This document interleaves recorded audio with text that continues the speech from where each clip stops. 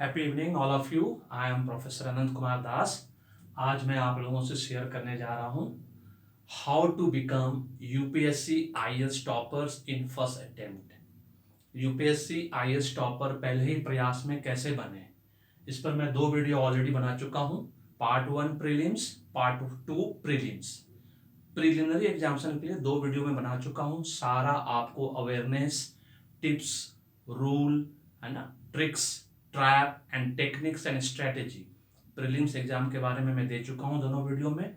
आप सभी लोगों से अनुरोध है कि वो दोनों वीडियो जरूर देखें। प्रीलिम्स एग्जाम अब सिर्फ 10 दिन रह गया है, अक्टूबर 10 को है। आपको उससे बहुत कुछ tips, tricks and techniques and trap मिलेगा, जो कि अगर आप समझ लेंगे तो हो सकता है कि इस 20 दिन में भी आप बहुत अच्छी तैयारी कर सकें और उसको क्लियर कर सकें। अगर इस बार नहीं होता है तो अगले साल आप डेफिनेटली प्रीलिम्स एग्जाम को क्लियर करेंगे और आईएएस एग्जाम को क्लियर करेंगे। It's my challenge, it's my guarantee. चलते हैं हम लोग। ये है यूपीएससी आईएएस का मेन एग्जामिनेशन में क्या टिप्स है, क्या ट्रिक्स है और क्या ट्रैप है और क्या स्ट्रेटेजी है, कैसे क्लियर करें। क्योंकि आईएएस एग्जाम, जैसा कि मैंने बोला आपको पहले भी दोनों वीडियो में बताया है कि यूपीएससी आईएएस एग्जाम जो होता है वो भास्ट एग्जाम होता है, डिफिकल्ट एग्जाम नहीं होता है। क्योंकि उसका सिलेबस बहुत बड़ा होता है, उसकी पढ़ाई आपको इंटेंसिव मतलब बहुत गहन अध्ययन करना होता है और एक्सटेंसिव बहुत बृहद अध्ययन करना होता है। इसीलिए उसको भास्ट एग्जाम बोला जाता है, टफ और डिफिकल्ट एग्जाम नहीं बोला जाता है। लेकिन प्रीलिम्स एग्जाम जो कि मल्टीपल चॉइस क्वेश्चन का होता है एग्जाम, जो कि फुल्ली कंसेप्चुअल होता है, जिसमें 5 लाख बच्चे अपियर करते हैं, मतलब बैठते हैं, और उसमें से सिर्फ 10,000 to 16,000 बच्चों का मेन एग्जाम के लिए सिलेक्शन होता है। मतलब सिर्फ 10,000 से 16,000 बच्चे मेन एग्जाम में बैठ पाते हैं। इसलिए प्रीलिम्स एग्जाम को मैं थोड़ा सा टफ एग्जाम और डिफिकल्ट एग्जाम मानता हूं, क्योंकि मल्टीपल चॉइस क्वेश्चन को बनाना बहुत ही कॉन्सेप्चुअल होता है। इसकी वजह से वो टफ और डिफिकल्ट हो जाता है। लेकिन आपका मेन एग्जाम, जहाँ कि आपको सब्जेक्टिव लिखना है यूनिवर्सिटी एग्जाम की तरह, इसलिए इसको हम भास्ट एग्जाम बोलेंगे, क्योंकि यह सिलेबस बहुत बड़ा है, बहुत लेंदी है और बहुत सारे पेपर्स है जो कि आपको इसमें एग्जाम में देने हैं और क्लियर करने हैं। Let's start. चलिए समझते हैं कि इसमें tips, tricks, trap and techniques क्या है।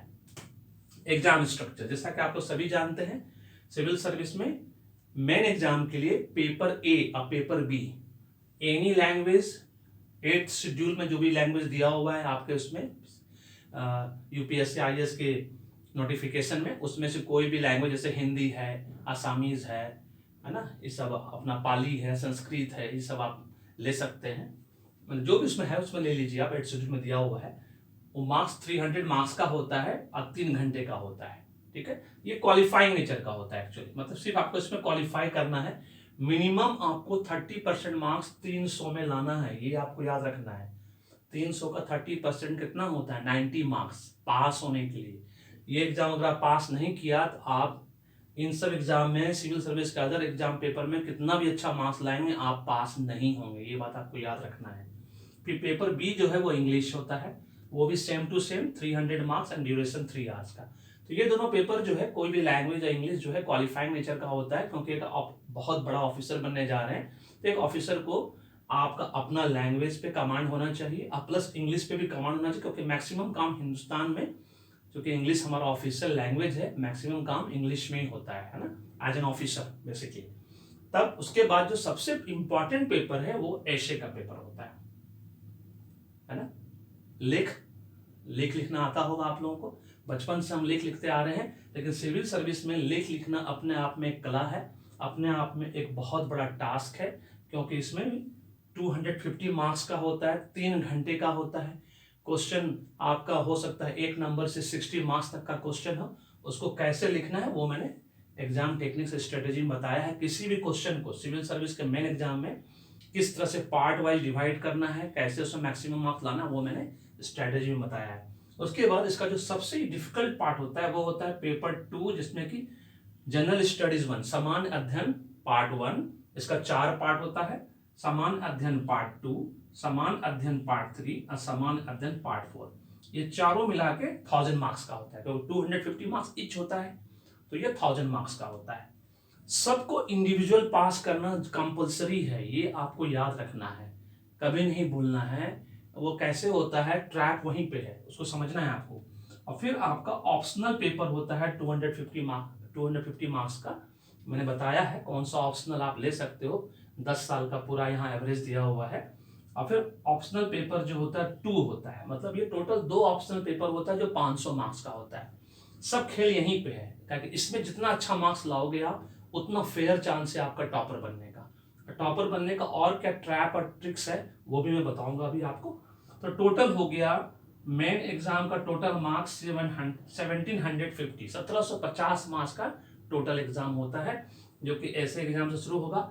5 डेज का एग्जाम होगा, है ना। जनवरी 7 से शुरू है आप लोगों का, 7, 8, 9, और मेरे ख्याल से 15 एंड 16 को है। फिर 5 डेज का आपका मेन एग्जाम होगा। और उसके बाद जो पर्सनालिटी टेस्ट, जिसको आईएएस में पर्सनल इंटरव्यू पहले बोला है, तो अब वो पर्सनालिटी टेस्ट के नाम से जाना जाता है, 275 मार्क्स का होता है। तो टोटल मार्क्स आपका 2025 मार्क्स। इस 2025 मार्क्स का ही खेल है। इसमें अब आपको कितना मार्क्स किस पेपर में लाना है या कैसे लाना है, कट ऑफ कैसे डिसाइड होता है, ये मैं आपको बताऊंगा। क्योंकि 3 टाइप का कट ऑफ होता है सिविल सर्विस में, वो आपको समझना है। सबसे पहले हम चलते हैं, जैसा मैंने बताया, पेपर ए लैंग्वेज और पेपर बी इंग्लिश, ये दोनों क्वालिफाइंग होता है, इसके लिए कोई फर्क नहीं पड़ता, दोनों ही क्वालिफाइंग है। लेकिन ऐसे से स्टार्ट होते हैं, पेपर 1 से लेके पेपर 7 तक ये सब मेरिट में काउंट होता है, मतलब इसका मार्क्स काउंट होगा, इसका मार्क्स ऐड होगा। इसी मार्क्स के बेस पे आपका मेरिट लिस्ट बनेगा, जो आपको इस 7 पेपर में आएगा प्लस इंटरव्यू में आएगा, दोनों का मार्क्स ऐड हो जाएगा। उसके बाद ओवरऑल मेरिट लिस्ट बनती है ना, मिनिमम का भी और मैक्सिमम का भी। आपको हम समझाएंगे कि मिनिमम का मतलब क्या होता है, मिनिमम कितना मार्क्स आप लाएंगे। जो कि सिविल मान लीजिए इस साल 800 पोस्ट, याद रखिएगा। इसका मतलब नीचे का जो कट ऑफ है वो आपका ज्यादा रहेगा इस बार। अगर 1000 पोस्ट होता है या 1100 पोस्ट होता तो नीचे कट ऑफ कम हो जाता, उसको हम समझेंगे इसमें। अब चलते हैं optional 1, optional 2, a language as an optional paper. कौन सा लैंग्वेज आप ऑप्शनल पेपर के रूप में ले सकते हैं, कितना कमांड है आपको। सबसे पहले ऑप्शनल के लिए मैं आप लोगों को बता दूं कि ऑप्शनल पेपर वो पेपर होता है, आप उसी पेपर को ऑप्शनल पेपर के रूप में ले सकते हैं जो पेपर आपने ग्रेजुएशन में या पोस्ट ग्रेजुएशन में या बीए पार्ट 1, बीएससी पार्ट 1, है ना, इस और बीकॉम पार्ट 1 से बहुत अच्छी तरह पढ़ाई की हो, जिस पर आपका कमांड हो, उससे भी ज्यादा जिसमें आपका इंटरेस्ट हो। अगर आप इंजीनियर हैं तो आपके सामने विकल्प है कि आपको 8 सब्जेक्ट का ट्रेंड चला आ रहा है 10 सालों से, इंजीनियर लोग 8 सब्जेक्ट लेके एंथ्रोपोलॉजी सोशियोलॉजी लेकर निकाल लेते हैं, हिस्ट्री और कुछ पब्लिक एडमिनिस्ट्रेशन लेकर निकाल लेते हैं। तो ये आपको देखना है, अब वो ट्रेंड थोड़ा सा चेंज हो रहा है, क्योंकि अब स्कोरिंग पेपर बहुत ज़्यादा जो है चेंज हो चुका है कि किस तरह से स्कोरिंग पेपर होगा। उसका मैंने यहाँ परसेंटेज दिया है कि 10 सालों से क्या ट्रेंड रहा है स्कोरिंग पेपर का। अब इंजीनियर्स लोग के लिए डिफिकल्ट होता जा रहा है कि वो कौन सा पेपर चूज करें और कौन सा पेपर में ज़्यादा मार्क्स आएगा आपको। तो इसलिए जो इंटरेस्ट का पेपर है, जो सबसे ज़्यादा मन लगे आपको पढ़ने में, वो पेपर लेना है। और रिसर्च से गूगल सर्च मारिए, विकिपीडिया सर्च मारिए, मैं बता दूंगा।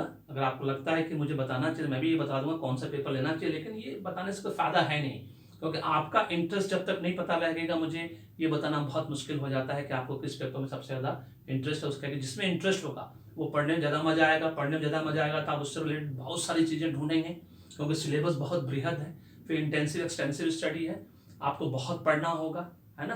तो इसलिए जो इंटरेस्ट का पेपर है, जिसका सिलेबस अच्छा है, जो जिसका मटेरियल बहुत आसानी से मिल जाता हो और इजी वे में आपको मिल जाता हो, डिस्कस करने वाला हो, तो वैसा पेपर को आप ऑप्शनल पेपर के रूप में लेंगे। तो आपको मैं बताने जा रहा हूँ 10 साल का क्या ट्रेंड है। एग्रीकल्चर जो है 20% सक्सेस रेट है।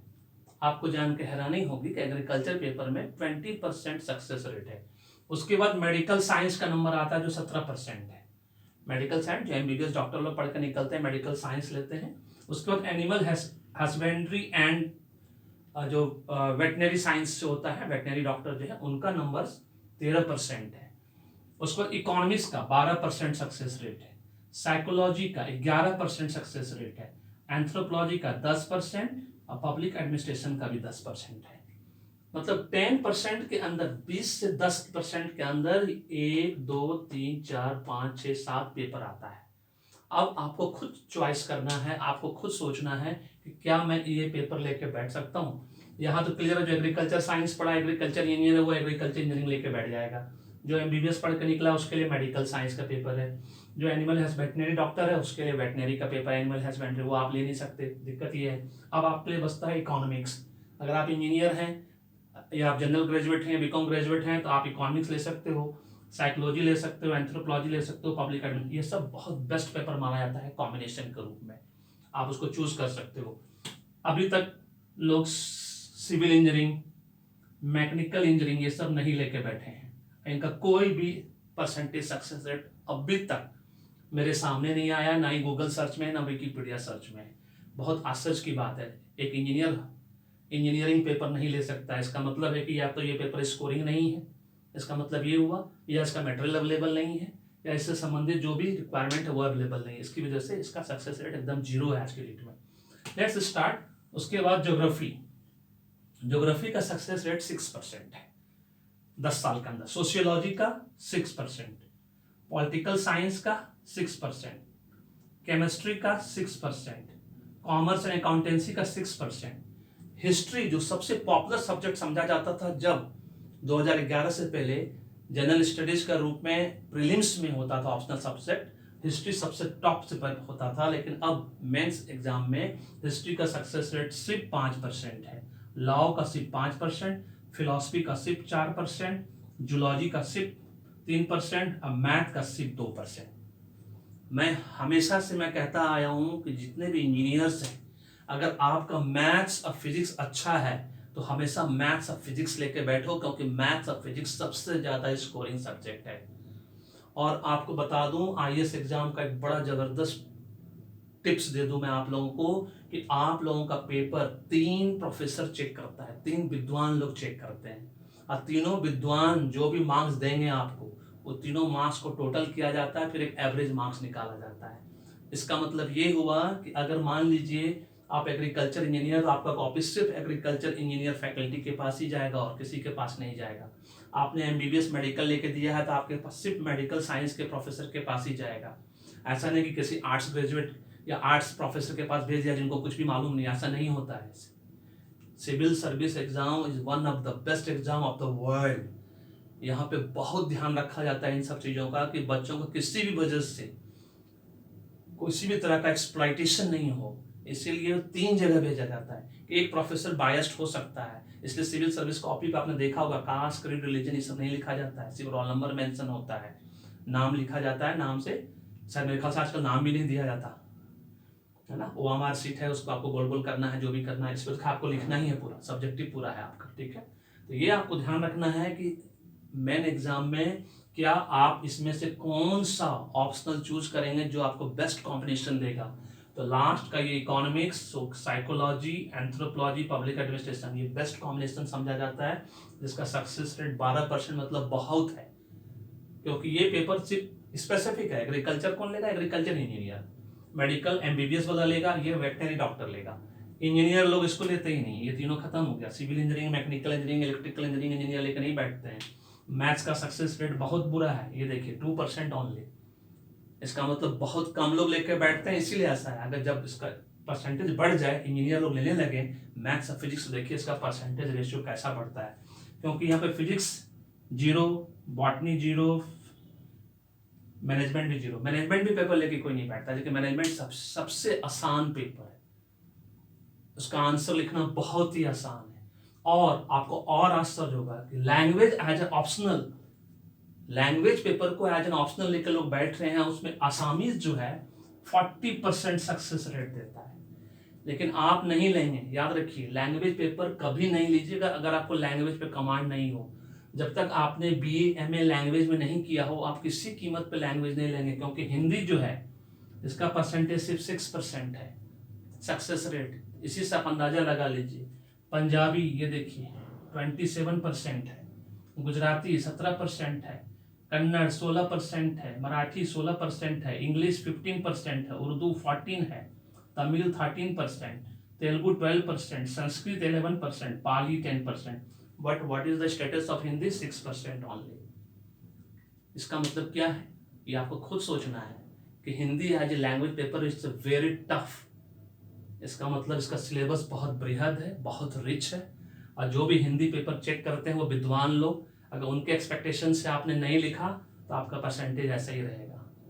इसलिए मैंने पहले ही कहा कि कॉपी आपका चेक होता है 3 प्रोफेसर के द्वारा मिनिमम, और 3 प्रोफेसर में अगर तीनों ही विद्वान निकल गए तो आपको सबसे कम मार्क्स आएगा।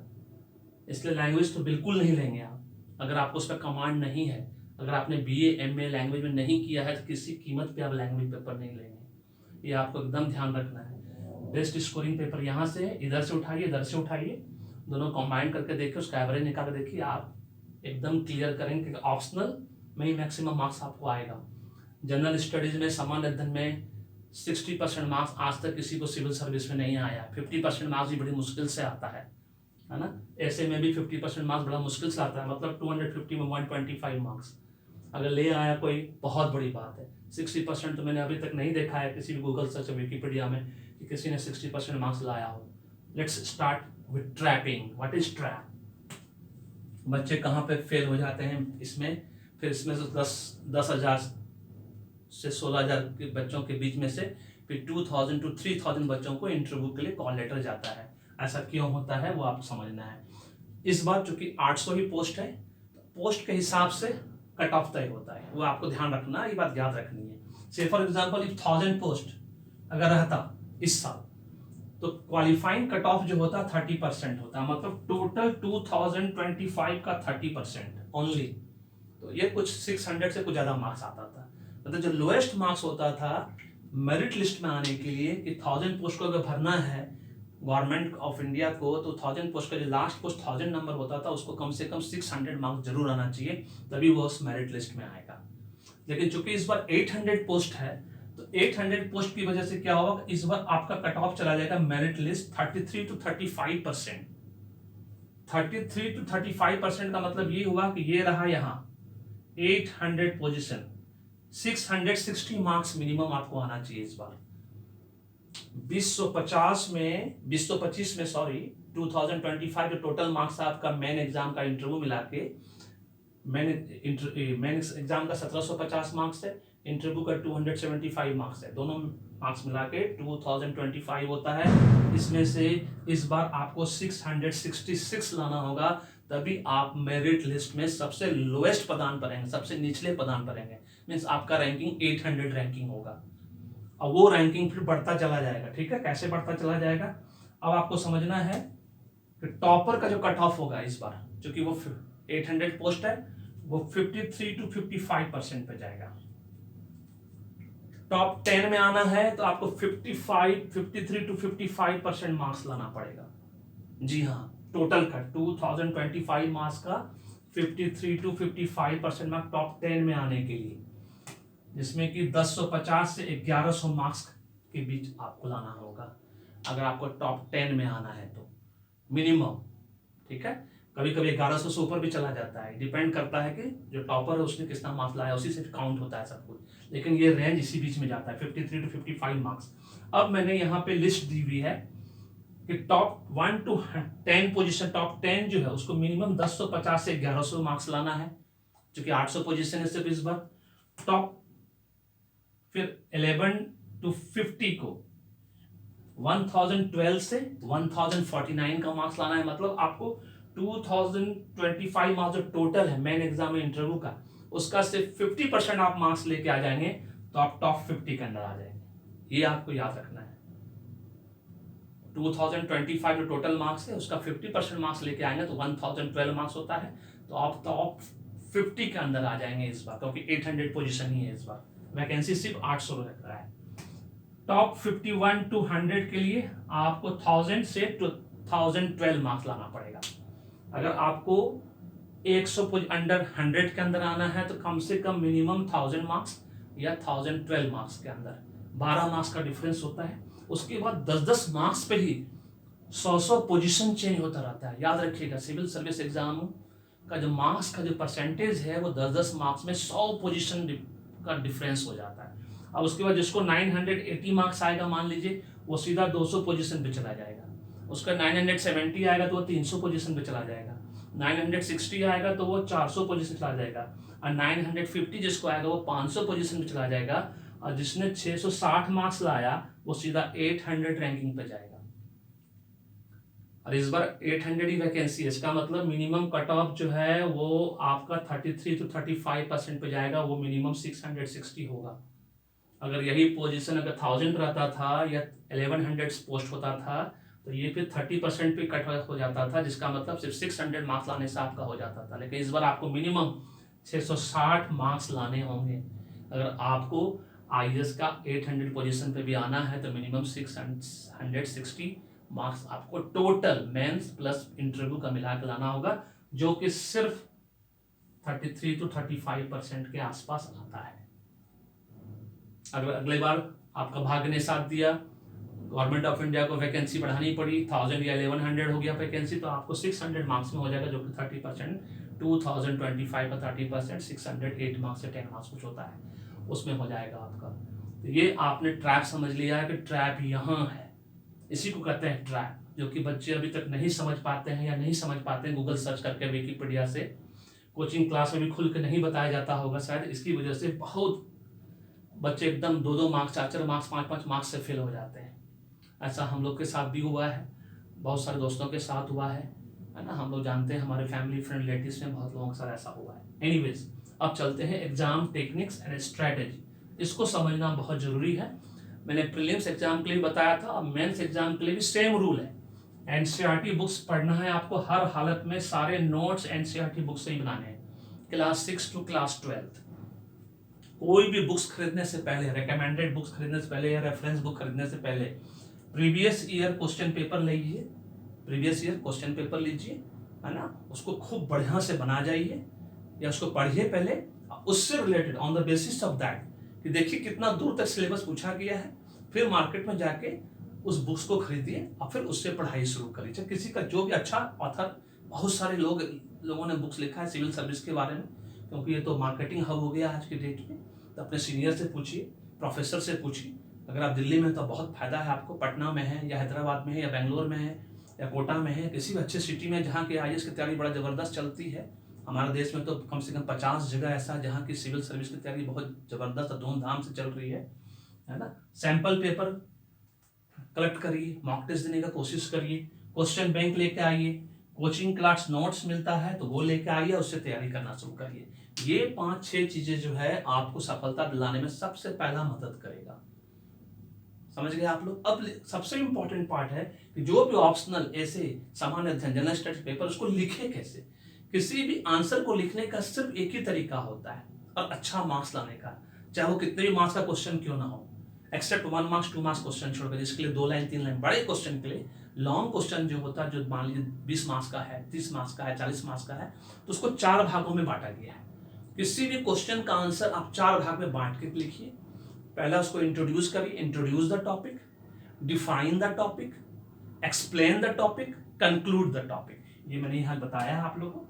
इंट्रोडक्शन दीजिए, उसका डेफिनेशन दीजिए, एक्सप्लेनेशन दीजिए और फिर कंक्लूजन दीजिए।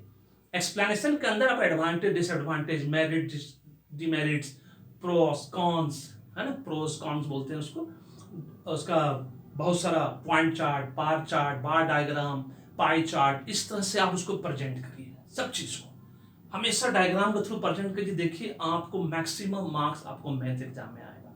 जनरल स्टडीज में भी उसको आप इस तरह से प्रस्तुत कर सकते हैं। लोग करते नहीं है, खाली लिखते जाते हैं। थ्योरेटिकल आप जितना लिखिएगा, क्वालिटी लिखिए, क्वांटिटी नहीं, क्वालिटी। मान लीजिए आप सिर्फ 2 पेज ही लिखते हैं, 4 पेज ही लिखते हैं, लेकिन ऐसा सटीक लिखिए कि सामने वाला प्रोफेसर, 3 प्रोफेसर जो चेक करता है, उसको फील होना चाहिए कि यस आपने एकदम सटीक आंसर लिखा है, टू द पॉइंट आंसर लिखा है और उसके एक्सपेक्टेशन से मैच करता हुआ आंसर लिखा है। जनरल स्टडीज में कम मार्क्स आने का यही कारण है कि सारे विद्वान लोग कॉपी चेक करते हैं, सारे विद्वान लोग इंटरव्यू लेते हैं आप लोगों का, इसकी वजह से प्रॉब्लम यहीं पे शुरुआत होती है। तो ये आपको समझ कर रखना है कि सारा advantage, disadvantage, pie chart, bar chart, point chart, line graph जो भी है, और फैमिलियर कोड से कुछ शुरू करिए, कुछ जाना पहचाना, है ना, बर्निंग लाइन होता है, उससे स्टार्ट करिए अपना आंसर। कुछ अगर याद आ जाता है, किसी फेमस ऑथर के द्वारा दिया गया या फेमस पर्सनैलिटी के द्वारा दिया गया कुछ कोट याद आ जाए तो उससे शुरू करिए, तो आपको समझ में आ जाएगा कि आपको अच्छा मार्क्स मिलने जा रहा है। आपकी हैंड राइटिंग थोड़ी सी अपने इम्प्रूव करिए, अच्छी हैंड राइटिंग होनी चाहिए, वो इंपॉर्टेंट, चाहे इंग्लिश में आप लिखें, चाहे हिंदी में लिखें, किसी भी लैंग्वेज में लिखें। और हर हालत में क्वालिटी आंसर देने की कोशिश करिए, क्वांटिटी में नहीं, क्वालिटी। 10 पेज की जगह आप 4 पेज ही लिखें, 5 पेज ही लिखें, लेकिन इतना सटीक लिखें कि सामने वाला जब कॉपी चेक कर उसको लगे कि यस उसने सही लिखा, और उनके एक्सपेक्टेशन से जो कॉपी चेक करने वाला है वैसा सोच के लिखिए। आप अपने आप को उसकी जगह रख के देखिएगा, अगर आप वो विद्वान होते और आपको कॉपी चेक करने का मौका मिलता तो आप किस तरह से कॉपी चेक करते, आपको समझ में आ जाएगा कैसे लिखना है। मुझे लगता है कि आज आपको समझ में आ गया होगा। ये ट्रैक को, इस वीडियो को रोक के इस ट्रैक को फिर से समझिए, फिर से रिमाइंड करके देखिए कि मैंने क्या बोला, समझने की कोशिश करिए। किसी भी कीमत पे ओवरऑल सिलेक्शन इस बार जो होगा 53 से 55% पे टॉपर लिस्ट बनेगा, और जो मिनिमम लिस्ट बनेगा लोएस्ट वाला, जहां पे सिर्फ आप 800 पोजीशन पे आएंगे, वो 33 to 35% पे बनेगा। समझ गए आप लोग बात? Thank you so much. May God bless you all. The happy beginning.